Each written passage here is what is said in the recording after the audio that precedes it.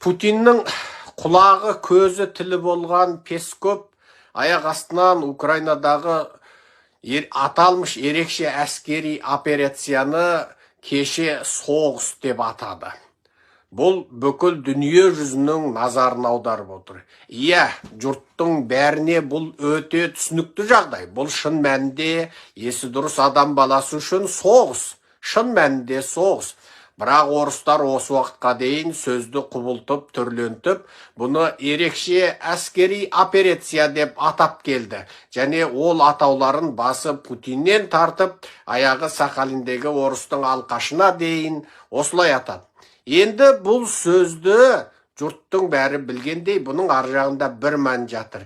Яғни орыстар бұғанға дейін ерекше әскери операция деп атаған себебі, олар Украина деген ел жоқ, Украин деген халық жоқ, орыс пен Украин бір деген өздерінің шатпақтарын көлденең тарта отырып, Украинаны Ресейге қосып алуды мақсат тұтты.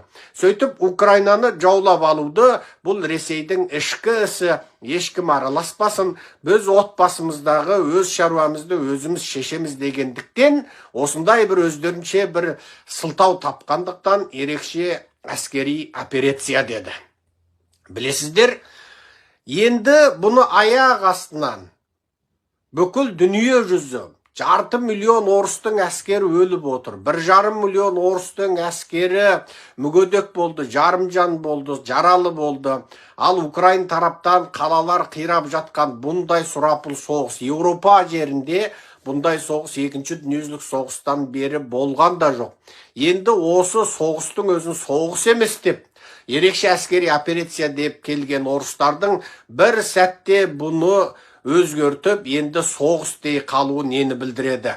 Қарапайым қазаққа түсінікті болсын үшін біз бұны былай түсіндіреміз. Орыстар енді ОДКБ келісім шарты аясында ОДКБ құрамындағы елдерді, әсіресе қазақтарды Украин жеріндегі соғысқа айдап салмақшы болып отыр. Ол үшін олар қолында Тасмағамбетов Иманғалиді ОДКБ-ны басқартып, кәдімгі бір әскери тұлға сияқты қолдан тұлға жасап отырғанын біз баяғыдан бері айттық. Және бір жұрттың бәрі, тіпті Қазақстандағы кейбір белсенділердің өзі Еуразиялық экономикалық одақтан шегіну керек, ОДКБ-дан шегіну керек, Тоқаев неге шегінбейді деп әлеуметтік желіде зар заманды салғанда біз олған былай жауап бергенбіз. Тоқаев 1000 жерінен ақымақ болса да, өз отырған бұтақты өзі балталамайды. Ендеше Тоқаевтың жанын сақтап қалған ОДКБ. Алматыда, қаңтарда қазақтар көтеріліп, зұлым билікке қарсы күрескенде, Тоқаев ескертусіз оқ ат дегенде, және Ресейден әскери көмек сұрағанда, Ресейдің әскерінің Қазақстанға кіруіне бірден бір халықаралық сылтау, Қазақ пен Ресей өкіметі қол қойған ОДКБ келісім шарты. Яғни ОДКБ келісім шарты Қазақ, Ресей бірлесе отырып сыртқы жаудан қорғанады деді. Бірақ қазақ жерінде ол кезде сырттан жау келген жоқ. Алыстан келді дейін десең, алыстан жау жоқ. ақш-тың көлеңкесі де көрінбейді. НАТО тіпті Қазақстанның қайда екенін білмеуі де мүмкін. Ендеше қайдан жау келді? Тоқаев бүкіл 20 миллион халықтың емес, бүкіл жер бетіндегі 8 миллиард халықтың көзін бақырайтып тұрып, аяқ астынан 20 мың террорист дегенді ойлап тапты. Аузы мұрны қисаймай өтірікті су қитқан бұл сұмырайлар енді 20 мың террорист ойбай, 20 мың террорист деп ойбайлап, бейне ай шарынан немесе Марстан, көктен бір ғарыштан, инопланеталық жат жұлдыздық болып 20 мың террорист келді деп дабыл қақты да, енді осы сырттан қауіп төнгенде, шеттен жау шапқанда қорғанамыз деп өздері баяғыда қол қойып қойған келісім бойынша ОДКБ-ның әскерін Қазақстанға кіргізді. Енді қазаққа сырттан жау қайдан келе қояды? Өзбек ол палауын пісіріп, жанын бағу үшін жан таласып, қашып пысып шетте жүр.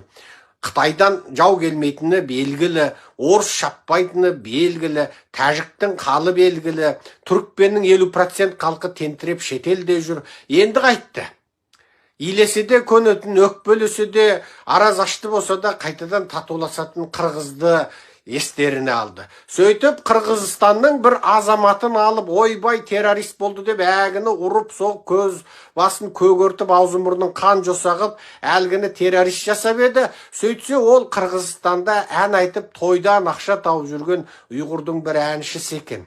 Сөйтіп оны Қырғыздың депутаттары ұлты ұйғыр болса да Қырғыздың азаматы деп ойбайды салып, тышқа қылағын жауға бермейтін, елдігін, ерлігін көрсетіп байбалам сағанда, әлгіні террорист деп мойындатып қойған қазақтың ұлттық қауіпсіздігі әлгі қырғызстандық ұйғыр әншіні босатуға мәжбүр болды. Сөйтіп, қырғыздарды террорист жасайтын жоспарда іске аспай қалды. Сонымен Тоқаевтың найза кірпіктері жерге қарап шәншіліп, енді 20 мың террористі қайдан шұқып табатынын білмей отырған сәтте, қазақтың белсенділері де, ойбай, қане, жау қайда, террорист қане, ОДКБ-дан шегінде-шегіндеп қысып отты.